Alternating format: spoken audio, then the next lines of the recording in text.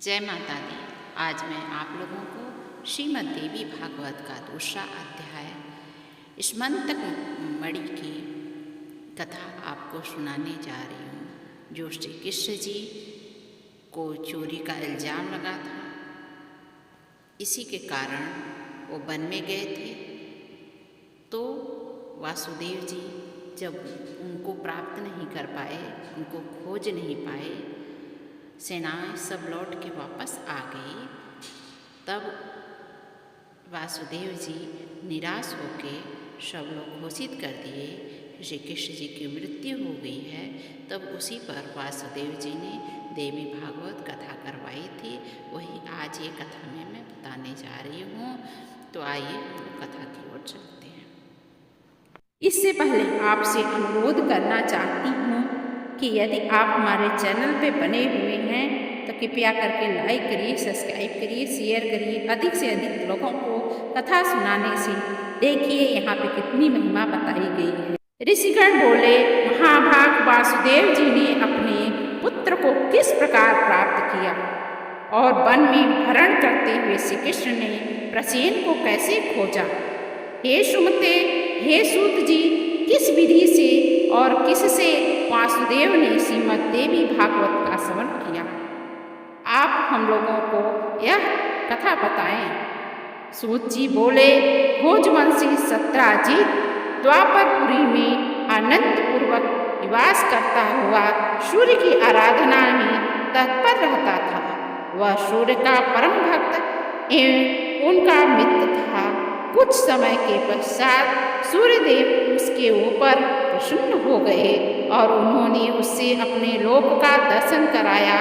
उसकी भक्ति तथा प्रेम से अत्यंत प्रसन्न हुए भगवान सूर्य ने सत्याजीत को स्मंतक मणि दे दी और वह उस मणि को अपने गले में धारण किए हुए द्वारका आ गया।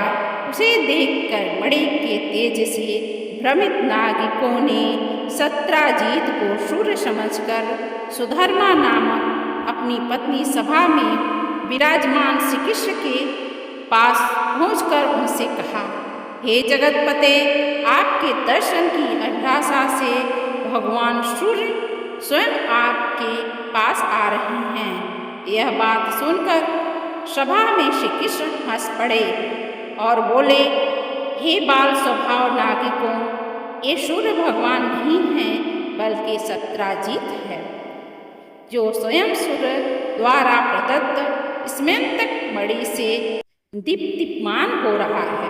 इसके पश्चात ब्राह्मणों को बुलाकर सत्याजीत ने वास्ति वाचक कराया और भली भांति पूजन करके उस मणि को अपने घर में स्थापित किया। वह मणि जहाँ रहती थी वहाँ किसी प्रकार का महामारी, दुर्भिक्ष तथा उपसर्ग, भूकंप आदि प्राकृतिक संकट का भय उत्पन्न नहीं होता था। उस मणि की एक विशेषता थी कि वह नित्य 8 भार स्वर्ण दिया करता था। तदंतर एक दिन सत्याजीत भाई प्रसेन ने उस मणि को गले में धारण कर सिंधु देशीय घोड़े पर सवार होकर आखेट के लिए वन की ओर प्रस्थान किया। वहां वन में किसी सिंह ने उसे देखा और घोड़े सहित प्रसेन को मारकर सिंह ने वह मणि स्वयं ले ली। इसके पश्चात महाबली ऋक्षराज जांबवान ने मणि धारण करने वाले उस सिंह को अपनी गुफा के द्वार पर देखकर और उसे मारकर मणि स्वयं ले ली। पराक्रमी ऋक्षराज ने मणि खेलने के लिए अपने पुत्र को दे दी और वह बालक भी उस प्रदीप्त मणि को पा करके उसके साथ खेलने लगा। कुछ काल बीतने पर श्री प्रसेन के वापस न आने पर सत्याजीत अत्यंत दुखी हुआ और सोचने लगा कि मणि लेने की इच्छा से न जाने किसने प्रसेन को मार डाला होगा। इसी बीच द्वारका में नागरिकों की पारस्परिक बातचीत से किसी प्रकार एक किंवदंती फैली कि मणि के लोभ से वशीभूत श्री कृष्ण ने ही प्रसेन को वध कर दिया होगा। श्री कृष्ण जी ने भी जब अपने विषय में अपयश की यह बात सुनी तो उन्होंने अपने ऊपर लगे हुए कलंक के परिमार्जन हेतु प्रसेन के अन्वेषणार्थ नागरिकों के साथ प्रस्थान किया। वन में पहुंचने पर श्री कृष्ण ने सिंह को मारे गए प्रसेन को देखा। तदंतर गिरे हुए रक्त बिंदुओं से चिन्हित मार्ग का अनुसरण करते हुए सिंह को खोजते खोजते वे कुछ देर दूर गए। इसके पश्चात एक गुफा के द्वार पर मरे हुए सिंह को देखकर श्री कृष्ण जी करुणायुक्त वाणी में नागरिकों से बोले, मणि का हरण करने वाले को खोजने के लिए मैं इस गुफा के भीतर प्रवेश कर रहा हूँ। जब तक मैं वापस नहीं आऊँगा तब तक तुम यहीं ठहरे रहो। ये द्वारका वासी ठीक हैं, ऐसा बोलकर वहीं पर ठहर गए और श्री कृष्ण गुफा के अंदर प्रविष्ट हुए जहाँ जाम्बवान का घर था। तत्पश्चात वहाँ पहुँचने पर श्री कृष्ण ने ऋक्षराज के पुत्र को मणि धारण किए हुए देखकर मणि को छीनना चाहा। इस पर उनकी धात्री धाय भयभीत होकर के चिल्लाने लगी। तब धात्री की आवाज़ सुनकर जाम्बवान तुरंत वहाँ पर आ गया। वह अपने पूर्व स्वामी श्री कृष्ण के साथ दिन रात निरंतर युद्ध करने लगा। इस प्रकार उन दोनों के बीच 27 दिनों तक भयंकर युद्ध चलता रहा। इधर द्वारका वासी गुफा के द्वार पर 12 दिनों तक श्री कृष्ण के आवागमन की प्रतीक्षा करते हुए ठहरे रहे, किंतु इसके बाद भी वह भयभीत होकर अपने घर चले गए। वहां पहुंचकर उन्होंने लोगों से सारा वृतांत कहा। द्वारकापुरी के सभी नागरिक यह सुनकर के सत्याजीत की प्रदर्शना करते हुए अत्यंत शोक विहल हो गए। महाभाग वासुदेव जी अपने पुत्र का यह समाचार सुनकर परिवार सहित महान शोक से मूर्छित हो गए और बार बार सोचने लगे कि मेरा कल्याण किस प्रकार से हो। उसी समय ब्रह्मलोक से महर्षि नारद वहाँ आ गए। वासुदेव जी ने उठकर उन्हें प्रणाम करके विधिवत उनकी पूजा की। महर्षि नारद महामती यदुश्रेष्ठ वासुदेव जी से कुशल क्षेम पूछकर उनसे बोले, आप क्यों चिंता कर रहे हो, यह मुझे बताइए। वासुदेव जी बोले, मेरा अतिशय प्रिय पुत्र श्री कृष्ण प्रसेन को खोजने के लिए द्वारका के नागरिकों के साथ वन में गया था। वहाँ उसने प्रसेन को मरा हुआ देख करके इसके पश्चात प्रसेन को मारने वाले सिंह को भी एक गुफा के द्वार पर मरा देखकर श्री कृष्ण नागरिकों को द्वार पर रोक दिया। श्री कृष्ण गुफा के अंदर चले गए। बहुत दिन व्यतीत हो चुके हैं, किंतु मेरा पुत्र अभी तक वापस नहीं आया, जिससे मैं चिंतित हूँ। अतः हे मुनि, आप कोई ऐसा उपाय बताइए जिससे मैं अपने प्रिय पुत्र को प्राप्त कर सकूँ। नारद जी बोले, हे यदुश्रेष्ठ, आप पुत्र की प्राप्ति के लिए अंबिका देवी का आराधना कीजिए। उनकी आराधना से शीघ्र ही आप कल्याण होगा। श्री वासुदेव जी बोले, हे भगवान, वे देवी कौन हैं? ये महेश्वरी किस प्रकार से प्रभाव वाली हैं तथा उनकी आराधना किस प्रकार की जाती है? हे देवर्षि, कृपा करके यह बताएं। नारद जी बोले, हे महाभाग वासुदेव, देवी की अतुलनीय महात्मा का विस्तार पूर्वक वर्णन करने में कौन समर्थ है? अतः मैं संक्षेप में आपको कर रहा हूँ, आप सुने। जो भगवती शाश्वत सच्चिदानंद स्वरूपा परातत्पर देवी हैं तथा जिनके द्वारा यह जगत व्याप्त है, जिनकी आराधना के प्रभाव से ही ब्रह्मा इस सचराचर सृष्टि की रचना करते हैं, जिनका दमन करके भगवान विष्णु मधुकैटभ के भय से मुक्त हो जाते हैं, जिनकी कृपा से विश्व का पालन पोषण करते हैं, जिनकी कृपा से कटाक्ष मात्र से भगवान शंकर जगत का संहार करते हैं, जो संसार के बंधन के कारण हैं, वे ही मुक्ति प्रदान करने वाली, वे परम विद्या स्वरूपा हैं और वे ही समस्त ईश्वरों की जगत जननी हैं, ईश्वरी हैं। अतः आप नवरात्रि विधान के अनुसार जगदम्बा की विधिवत पूजा करके 9 दिनों तक इस देवी भगवती पुराण का श्रवण कीजिए, जिसके श्रवण मात्र से आप शीघ्र ही अपने पुत्र को प्राप्त कर लेंगे। इस पुराण का पाठ तथा श्रवण करने वाले से मनुष्य भोग एवं मोक्ष से दूर हो जाता है। नारद जी के ऐसा कहने पर वासुदेव मुनि श्रेष्ठ नारद को प्रणाम करके अत्यंत प्रेमपूर्वक कहने लगे। वासुदेव जी बोले, हे भगवान, आपके इस कथन से देवी महात्म से संबंधित एक आप अपना वृतांत मुझे याद आ गया, मैं उसे कह रहा हूँ, आप सुनिए। पूर्व काल में महापापी कंस ने आकाशवाणी के माध्यम से देवकी के 8वें गर्भ से अपनी मृत्यु जानकर भयभीत होकर भार्या सहित मुझको बंदी बना लिया था। तदंतर मैं अपनी पत्नी देवकी के साथ कारागार में रहने लगा और पापी कंस भी मेरा पैदा होने वाले पुत्र को एक एक करके मारता रहा। इस प्रकार जब कंस के द्वारा मेरे 6 पुत्र मारे गए, तब मेरी निर्दोष भार्या देवकी अत्यंत शोकाकुल हो उठी, दिन रात दुखी रहने लगी। तत्पश्चात गर्ग मुनि को बुलाकर उनका अभिवादन तथा पूजन करके पुत्र प्राप्ति की कामना से मैंने उनसे देवकी का दुख बताया। हे दया सिंधु, हे मुनिवर, आप यदकुल के गुरु हैं, अतः मुझे आयुष्मान पुत्र की प्राप्ति हो, कोई उपाय बताइए।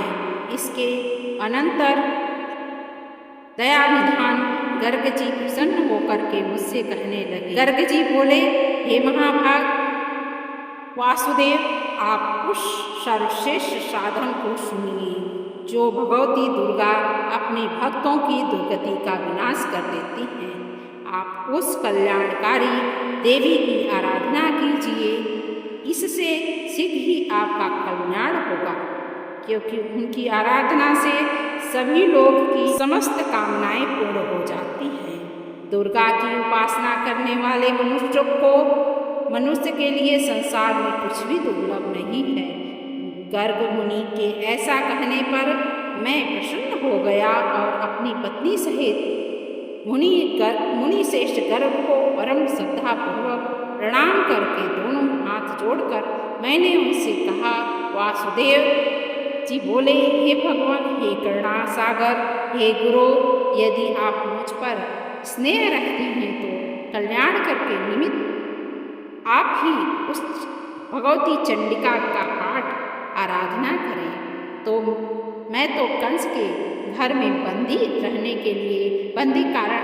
के कारण मैं नहीं समर्थ हूँ करने में। अतः हे महामते, अतः आप ही इस दुख सागर से मेरा उद्धार कीजिए।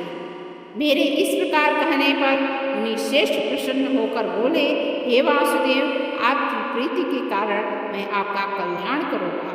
मेरे द्वारा प्रीतिपूर्वक प्रार्थना किए जाने के उपरांत गर्गों ने देवी दुर्गा की आराधना की इच्छा से ब्राह्मण के साथ विंध्याचल पर्वत पर चले गए। वहाँ जाकर जप एवं पाठ में तत्पर रहे। गर्ग मुनि जगत की मातृ स्वरूपा और भक्तों की कामनाओं को पूर्ण करने वाली भगवती की आराधना करने लगे।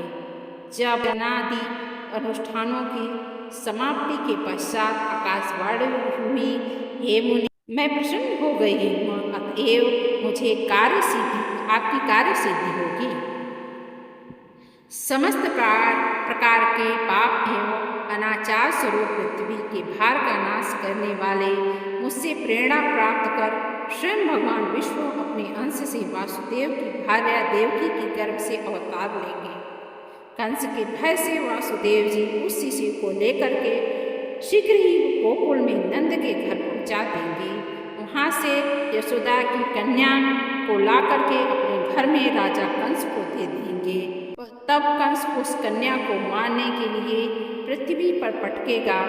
तदंतर उसके हाथ से छूटकर मेरी अंश रूपा वह कन्या तत्क्षण अलौकिक रूप धारण करके विंध्याचल पर चली आएगी, निरंतर जगत का कल्याण करेगी। इस प्रकार उस आकाशवाणी को सुनकर गर्ग मुनि भगवती जगदम्बा को प्रणाम करके प्रसन्न मन से मथुरापुरी आ गए।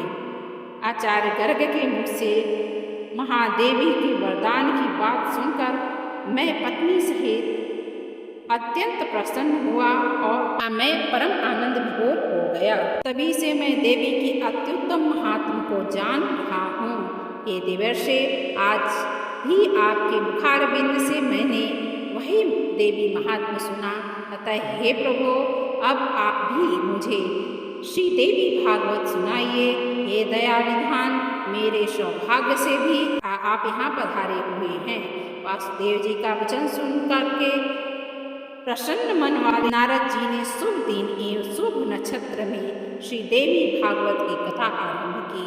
कथा में आने वाली विघ्न बाधाओं के सर्वनाथ ब्राह्मण देवी के नवासर ओम ऐं ह्रीं क्लीं चामुंडाय विच्छे मंत्र का जप तथा मार्कंडेय पुराण में वर्णित देवी स्तोत्र का पाठ करने लगे। प्रथम स्कंद आरंभ से ही वासुदेव जीव देवर्षि नारद के मुख से श्रित अमृत स्वरूप भागवत देवी भागवत पुराण भक्तिपूर्वक श्रवण करने लगे। 9वें दिन कथा की समाप्ति होने पर मनस्वी वासुदेव ने श्री देवी भागवत ग्रंथ तथा कथावाचक दिनों की प्रसन्नता पूर्वक पूजन किया। उधर कंदरा में श्री कृष्ण तथा जाम्बवान के बीच चल रहे युद्ध में श्री कृष्ण के मुष्टि का प्रहारों से जाम्बवान का शरीर अत्यंत शिथिल पड़ गया। उसी समय जाम्बवान को भी पूर्व काल की घटनाएं याद आ गई और भगवान श्री कृष्ण को परम भक्ति के साथ प्रणाम करके अपने अपराध के लिए क्षमा याचना करते हुए उसने श्री कृष्ण से कहा, अब मुझे याद हो गया कि आप प्रभु श्रेष्ठ श्री राम हैं, जिनके भयंकर कोप से सागर तथा लंका नगरी दोनों क्षुब्ध हो गए थे। रावण और बांधवों सहित मारा गया था। हे श्री कृष्ण, वे आप राम ही हैं, अतः मेरी धृष्टता को क्षमा करें।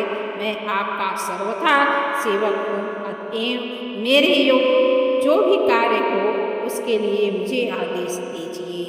जाम्बवान के ऐसे वचन सुन करके जगतपति श्री कृष्ण बोले, हे ऋक्षराज, मणि प्राप्त करने के लिए हम लोग इस कंदरा में आए हैं।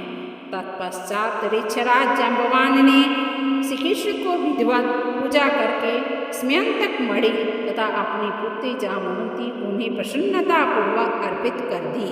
श्री कृष्ण जी ने जामवंती को अपनी पत्नी के स्वरूप में अंगीकार करके मणि को गले में धारण कर लिया और ऋक्षराज जाम्बवान से विदा लेकर वे द्वारका के लिए प्रस्थान हुए।